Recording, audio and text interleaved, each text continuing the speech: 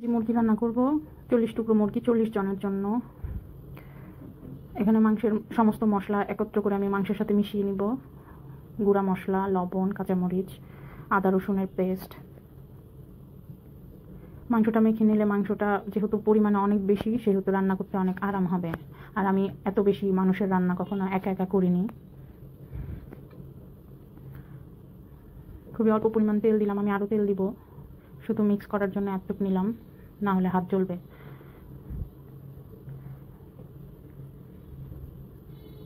খুব সুন্দর একটা স্মেল আসছে। আমি কিন্তু এখানে গরম মশলা এখনো দেইনি। মাংসগুলো দিয়ে দিচ্ছি।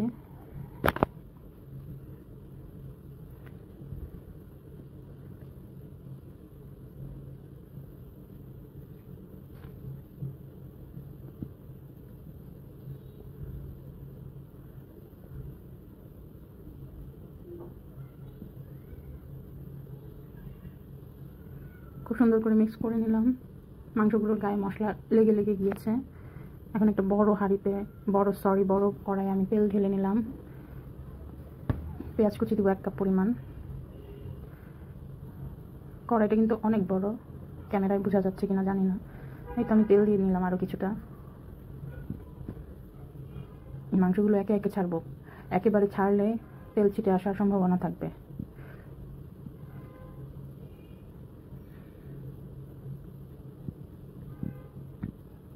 চুলায় বসানো হয়ে গিয়েছে, মানে 80% কাজ শেষ।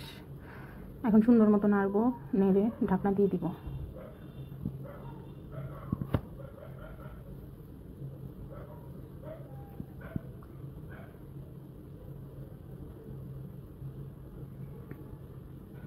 গরম মশলা দিয়ে দিয়েছি।